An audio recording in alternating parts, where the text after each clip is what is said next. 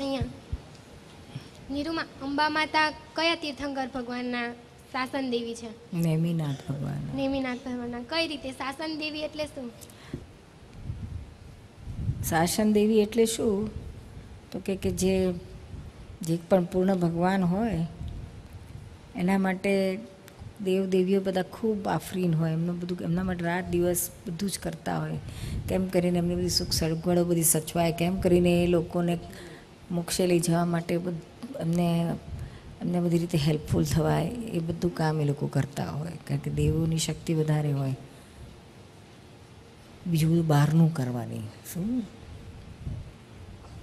તેવા જે બહુ જ એમની કેટલાય ભાવોથી એમની સાથે હોય ને એમના માટે ખૂબ ભક્તિ સેવા કરતા હોય, એ પછી દેવગતિમાં જાય તો પછી ત્યાં રહ્યા પણ એ આ ભગવાનનું જ કામ કરતા હોય અને પછી શાસન દેવી તરીકે કહેવાય.